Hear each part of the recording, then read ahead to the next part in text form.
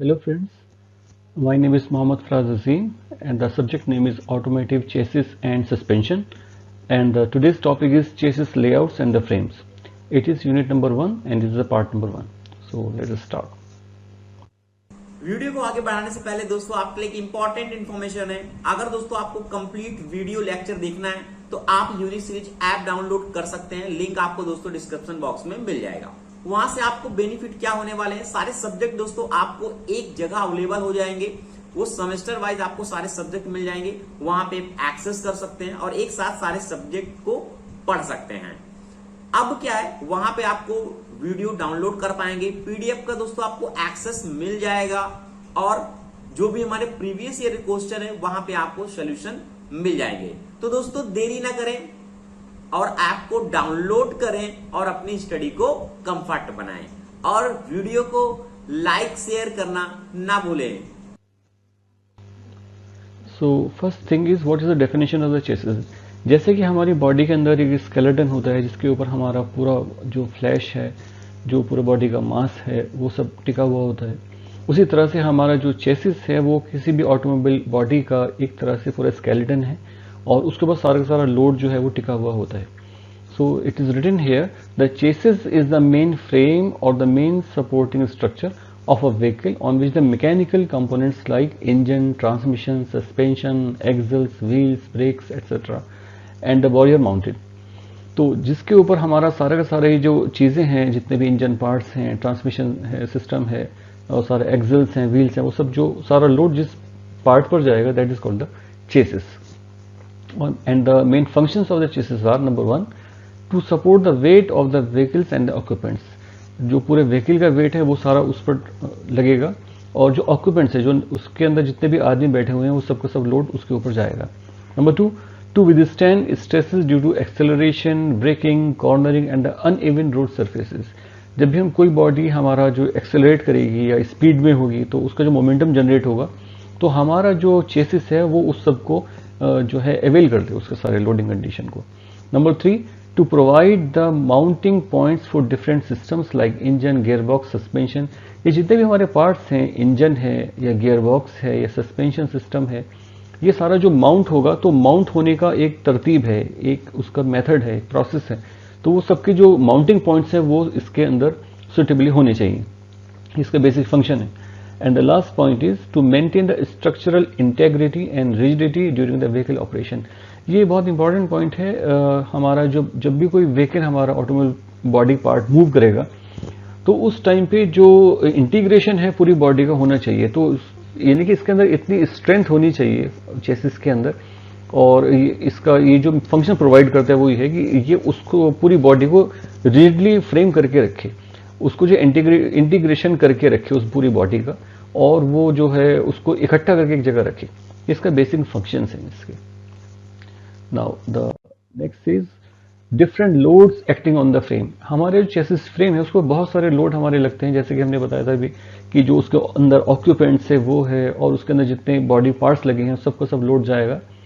तो हमारा जो चेसिस फ्रेम है वो तमाम लोड को झेल जाए, इन सबको अवेल कर ले। इसका ये इस तरह से डिजाइन होना चाहिए। तो जो लोड्स लगेंगे कौन कौन से हैं? Number 1 wait of the vehicle and the passengers, it is very simple, and which cause the vertical bending of the side members. जो उसके बड़े वाले साइड मेंबर्स हैं, साइड में अभी अगले पेज में आएगा, तो उसको जो बेंडिंग मूवमेंट उसका अंदर जो है वो it should be capable to take the bending movement load of the vehicle and the passengers. Number 2 vertical loads when the vehicle comes across a bump और the hollow results in the longitudinal torsion. तो जब भी हमारा कोई जो vehicle है वो bump में जाएगा या गड्ढे में जाएगा या एक सडन स्पीड ब्रेकर आ जाता है, तो उस टाइम पे जो लॉन्जिट्यूडिनल स्ट्रेस डेवलप होगा वो हमारा जो फ्रेम है वो सबको it should be capable to take that load. Number 3 loads acting during the taking turns. जब भी कोई हमारा व्हीकल टर्न करता है तो उसके ऊपर जो है लेटरल बेंडिंग आएगी साइड मेंबर में, तो वो सब का सब ये इसके ऊपर लगेगा। Number 4 load due to the wheel impact with the road obstacles results in distortion of the parallelogram shape of the frame. It is very important point.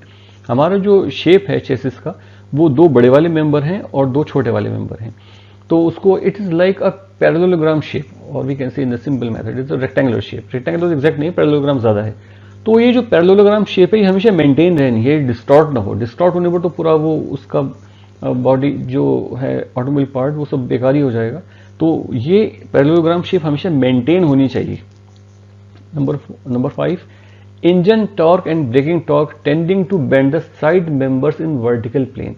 हाँ, जो इंजन का जो टॉर्क है जो डेवलप हो रहा है या ब्रेकिंग टॉर्क है, जो एक्सेलरेशन में जा रहे हैं एकदम ब्रेक मार दिया उस टाइम पे, तो जो साइड मेंबर्स में बेंडिंग है वो नहीं होनी चाहिए, वो इसके ऊपर लगेगा और ये फ्रेम उसको अवेल कर लेना चाहिए, उसको फेस कर लेना चाहिए।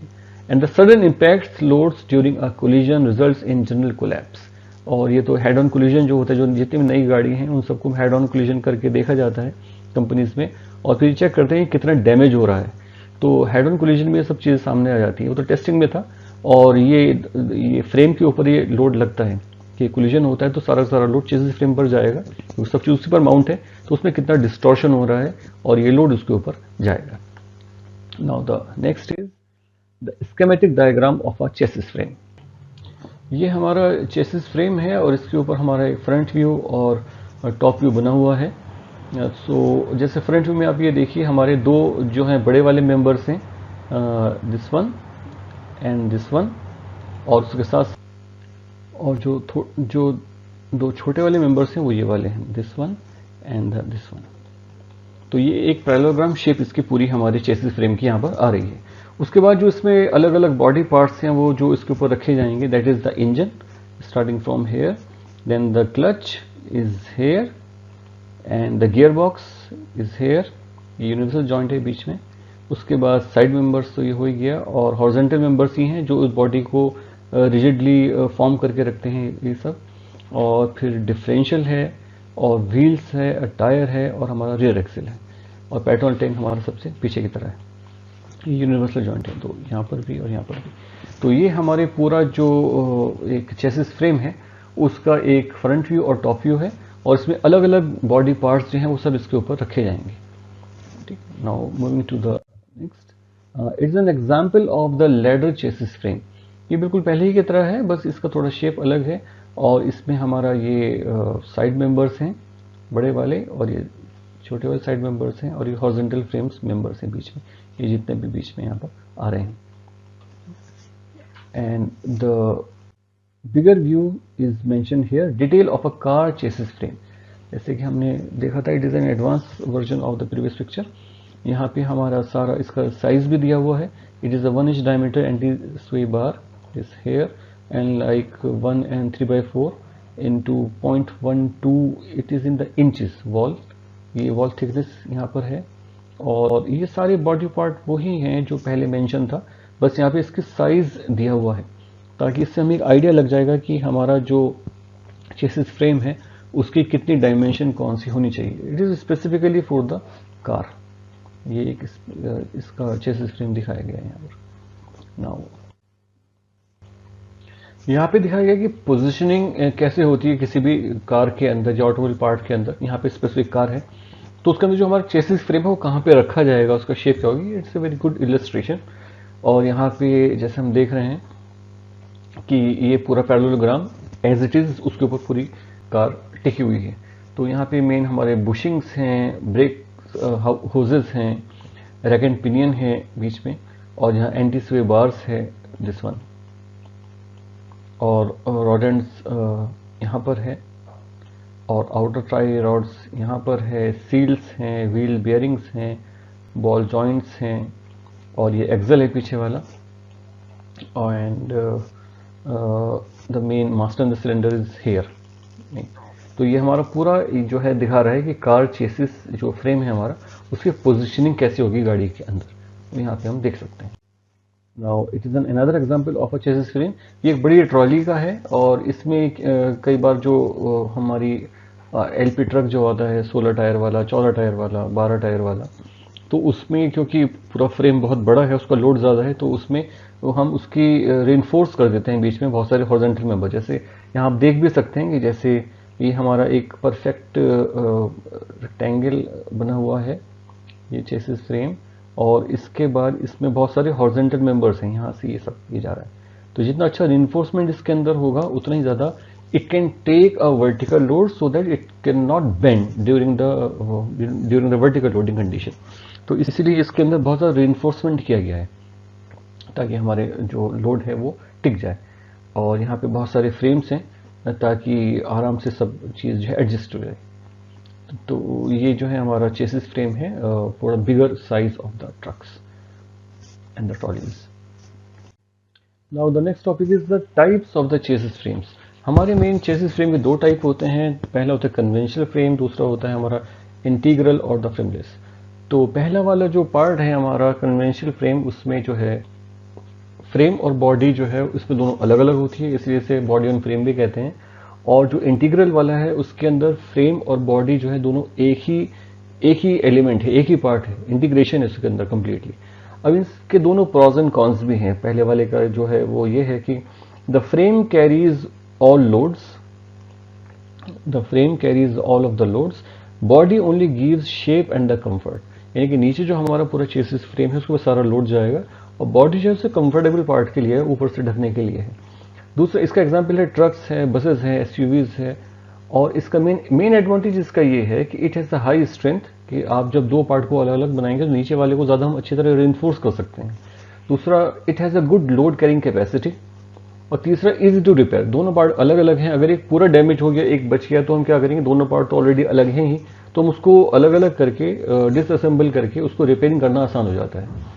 और इसका डिसएडवांटेजेस ये है कि it is bit heavier, it has heavy loads compared to the another one.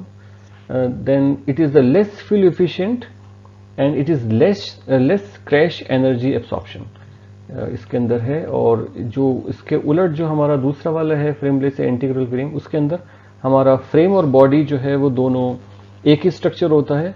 इसमें जो मेन प्रॉब्लम है वो ये है कि it is costly to repair. ये इसके अंदर मेन प्रॉब्लम है, क्योंकि पूरी आपका एक ही पार्ट है, चेसिस भी और ऊपर उसके फ्रेम भी, बॉडी और फ्रेम दोनों। तो अगर एक उसमें कुछ डैमेज हो जाता है तो आपको पूरे को जो है डिसअसेंबल करना पड़ेगा, और उसका जो है रिपेयरिंग में फिर प्रॉब्लम ज़्यादा आती है। उसको एक तो कैरी करना, उसको एक जगह से दूसरी जगह ले जाना, उसको हटाना, उसमें भी है। और इसलिए जब टाइम ज़्यादा लगता है, उसमें ह्यूमन एफर्ट ज़्यादा लगती है, तो फिर वो कॉस्टली भी हो जाता है। And it is less suitable for the heavy duty loads, क्योंकि अगर आप बड़े ट्रक्स के लिए इसको यूज़ कर रहे हैं तो उसमें तो सुटेबल भी नहीं है और रिकमेंडेड भी नहीं है, क्योंकि फिर उसका साइज़ अपने आप में बहुत कई टन का हो जाता है, तो फिर ओवरहेड क्रेन चाहिए उसको शिफ्ट करने के लिए। तो it is not suitable for the heavy duty loads.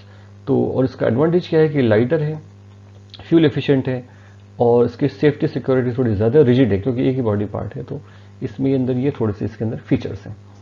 Now अगला टॉपिक है हमारा chassis layout with reference to the engine location the drive, कि हमारा जो मेन इंजन है वो कहाँ पे रखा जाएगा और हमारे कौन से वाले व्हील्स जो है वो वर्किंग ऑर्डर में होंगे, whether it is the rear wheel drive और द फ्रंट व्हील ड्राइव। तो इसमें हमारे कुल मिला के 6 कंडीशंस हैं। There are 6 conditions here and these are front engine rear wheel drive, front engine front wheel drive, rear engine rear wheel drive, rear engine front wheel drive, mid engine rear wheel drive, and the last one is the 4 wheel drives। तो ये कुल मिलाकर के हमारे पास 6 combination है, and all these are the permutation combination type, कि हम कहाँ पर इंजन को रख सकते हैं, कौन से वाले व्हील को हम ड्राइव कर सकते हैं। ये इसका बेसिक फिनोमिना है। इसे याद रखने में आसान रहेगा आपको कि हम अपने इंजन को फ्रंट में रख सकते हैं, मिड में रख सकते हैं और रियर में रख सकते हैं। 3 कंडीशन आ गई। और उसके बाद फिर हमारा फ्रंट व्हील ड्राइव है, रियर व्हील ड्राइव है और मिड इंजन भी हो गया, और उसके बाद 4 व्हील ड्राइव है। तो इस तरह से हमारे पास कुल मिलाकर के 6 कॉम्बिनेशन हैं। So let's start with the first one.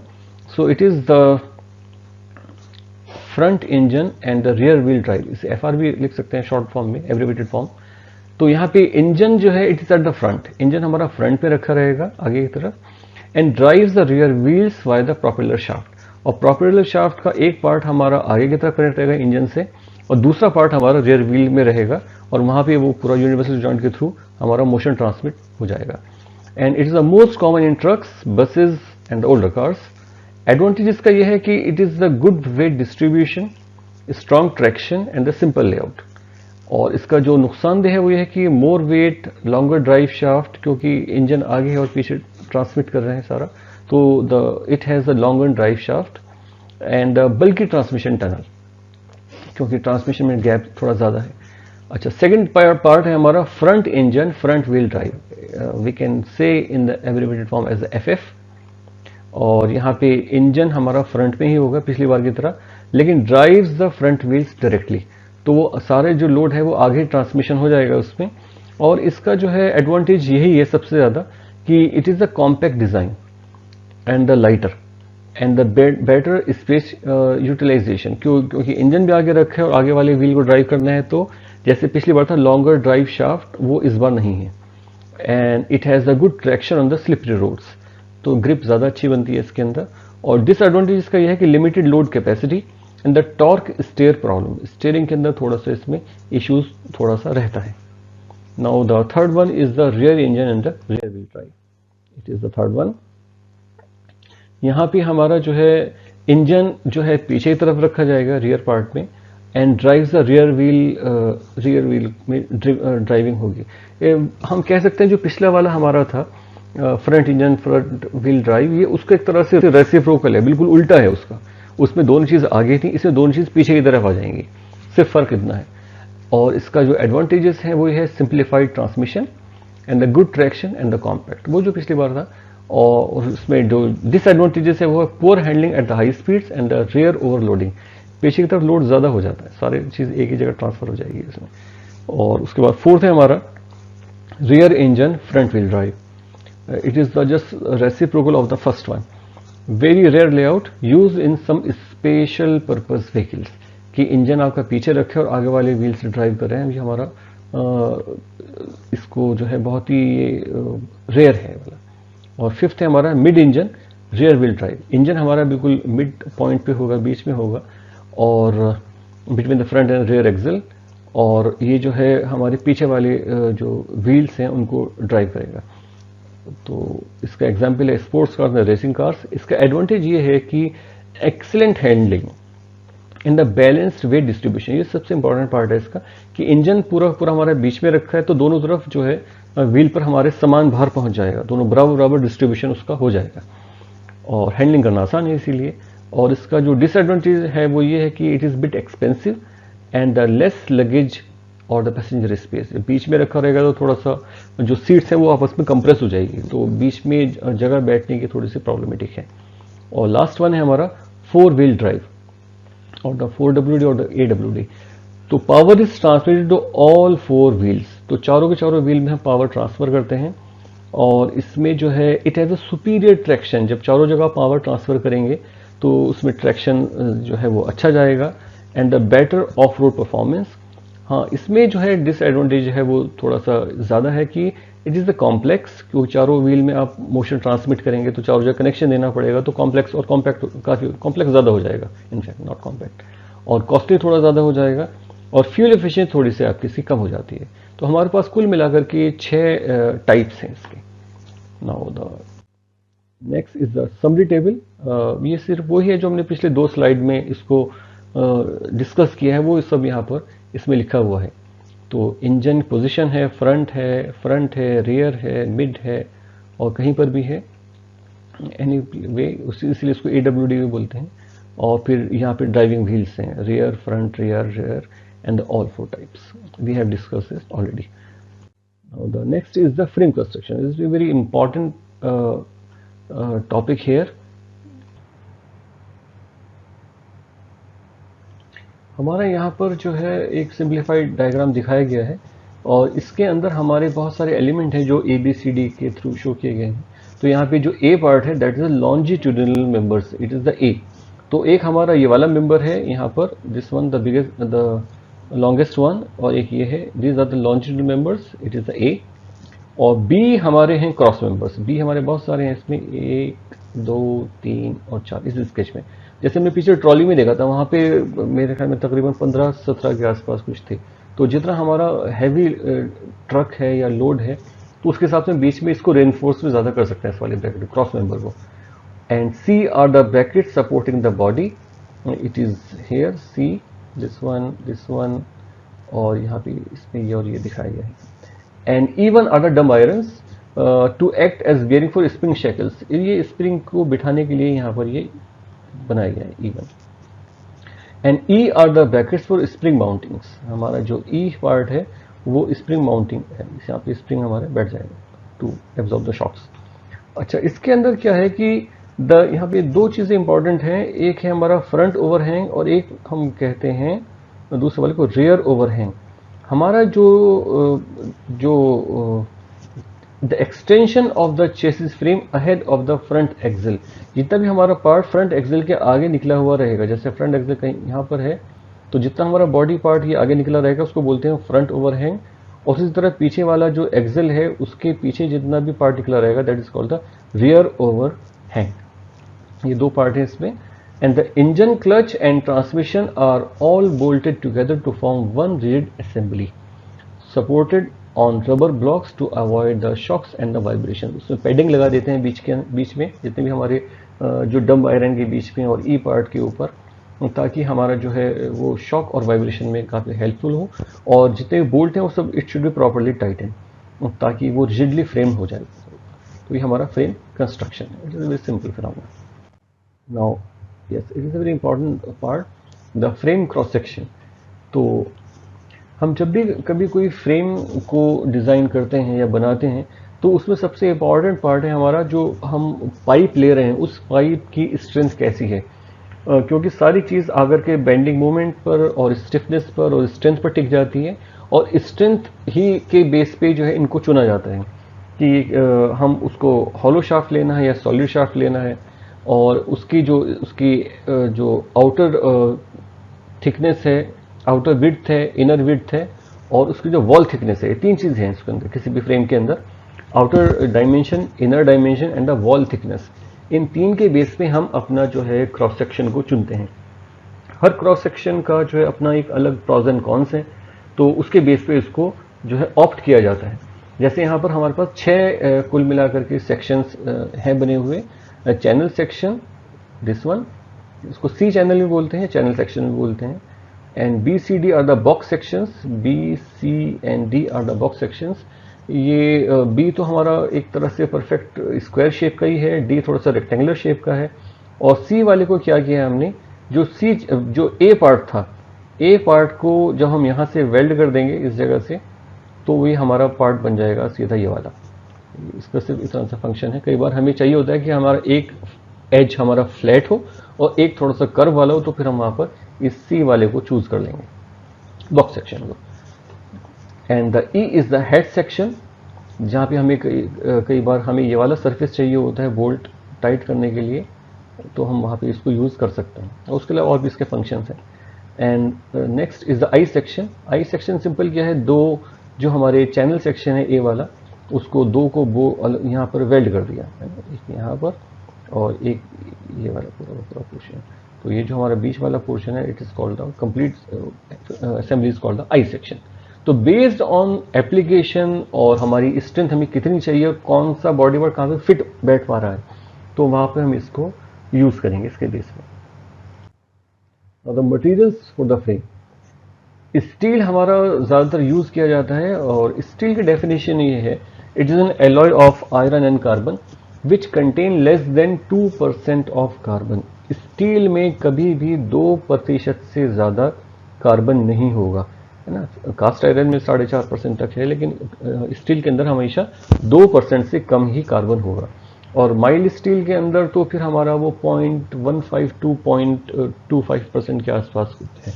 तो हमारा 0.15 से 0.25% के आसपास इसमें कार्बन रहता है। कार्बन जो है वो ब्रिटल होता है, और जितना हमारा कार्बन कम होगा उतना हमारा ये डक्टाइल मटेरियल होगा, तो that is good for us. और उसके अलावा हम कार्बन स्टील शीट भी यूज़ कर लेते हैं, इट इज़ मेंशन हियर, और निकल अलॉय शीट स्टील भी हम यूज़ कर लेते हैं। तो यहाँ पे जो है दोनों सब मटेरियल का जो है उसकी कंपोजिशन, उसमें कौन कौन सा हमारा एलिमेंट है, कार्बन है, मैग्नीज है, सिलिकॉन है, फास्फोरस है, सल्फर है, ये सब उसकी परसेंटेज दी गई है। और उसकी जो है यील्ड स्ट्रेंथ और अल्टीमेट स्ट्रेंथ भी यहाँ पे मेंशन है कि उसकी स्ट्रेंथ कितनी है, वो हम यहाँ से निकाल सकते हैं। So it is a basic the materials for the frame are mention here. Now the defects in the frames. So the defects in the frames, defect में मेन तब इसका मतलब तब है कि जब कोई बॉडी हमारी कहीं पे टकरा जाती है, एक्सीडेंट हो जाता है, तो उसके बाद जो उसका परफेक्ट हमारा पैरेललोग्राम है उसमें कुछ डिफेक्ट तो नहीं आ गया, और वो डिफेक्ट नहीं होना चाहिए, वो सेफ नहीं है सबसे पहले तो पैसेंजर्स के लिए, फिर बॉडी के लिए, और एक्सीडेंटल कंडीशन भी हो सकती है अगर एक लिमिट क्रॉस कर जाए। तो उसके लिए फिर हमारे पास एक मेथड है, that's a plum blind method, उसको हम यूज़ करते हैं। उसमें क्या करते हैं कि पहले बॉडी को एक फ्लैट सरफेस पे रखा जाता है, और फिर उसके बाद उसके चारों कोनों के ऊपर हम एक मार्क लगा देते हैं, फिर बॉडी को हटाते हैं और फिर उसमें जो डायगनली मेजर करते हैं सब चारों कोनों को, तो वो परफेक्ट एकदम डिस्टेंस बराबर बराबर आनी चाहिए। और उसके अंदर अगर वो एग्जैक्ट नहीं है तो फिर यानी कि हमारी बॉडी जो है वो परफेक्टली अलाइन नहीं है, और अगर वो एग्जैक्ट डाटा आ रहा है चारों तरफ का तो हमारी परफेक्टली अलाइन है। और यहाँ पे एक छोटा सा एक डाटा दिया गया है 7 to 8 mm, यानी कि इतना हमारे error it is quite acceptable. हम 7 से 8 mm का जो एरर है उसको हम अवेल कर सकते हैं, और बेहतर है ये भी ना हो, 0 हो तो बहुत अच्छा है, क्योंकि जितना भी हम अलाइनमेंट परफेक्ट होगा उतना ही हमारी बॉडी अच्छी होगी, और जो उसका मूवमेंट है वो सब सही होगा, और एक्सीडेंट का चांस बिल्कुल ही कम हो जाता है। नहीं तो कभी कोई बोल्ट टाइट करने में प्रॉब्लम आई, कभी शैकल में प्रॉब्लम आई, कभी स्प्रिंग सही से अटैच नहीं होगा, तो ये नहीं होना चाहिए। अच्छा, if any of the corresponding diagonals to differ by more than this amount the frame is out of alignment, यानी कि फिर उसको पूरा चेंज करना पड़ेगा। And the possible cause then may be one of the following: the dumb irons or side members may be bent, जो जहाँ पे वो पहले डिस्कस किया था dumb irons वाला। Number 2, cross members may be buckled, इसको सीधा करना चाहिए, and some rivets may be loose or the broken। तो इसकी वजह से 3 चीज़ों में गड़बड़ आनी शुरू हो जाती है। If the frame damage is small then can be repaired by hydraulic jacks, ये इसका रिकवरी मेथड है। And if damage is more than the bent frame may be heated to straighten it, फिर ये काफ़ी लंबा काम हो जाता है इसको ठीक करने के लिए। Now and the last point of today is the vehicle dimension. 2 important dimensions used to describe the size of an automobile of the frame or the frameless types are wheel track and the wheel base। 2 चीज़ें हैं जिसके base पे हम vehicle dimension major करते हैं, wheel track and the wheel base. Wheel track होता है हमारा transverse distance, this is the transverse distance between the tier two ground centre surface on the near side and the of side. तो जो transfer distance है tyre से ground तक वो, और दूसरा है wheel base, this is the longitudinal distance between the central lines of the front and the rear Excel. जो दोनों एक्सेल हैं हमारे उनके बीच में जो लॉन्जिट्यूडिनल डिस्टेंस है that is called the wheel base. तो इसके बेस पे हम अपने व्हीकल के डायमेंशन निकाल सकते हैं। तो हमारा यहाँ पे टॉपिक पूरा हो गया है, और इसके बाद हम नेक्स्ट टॉपिक अगले उसमें शुरू करेंगे लेक्चर में। So thank you very much, thank you.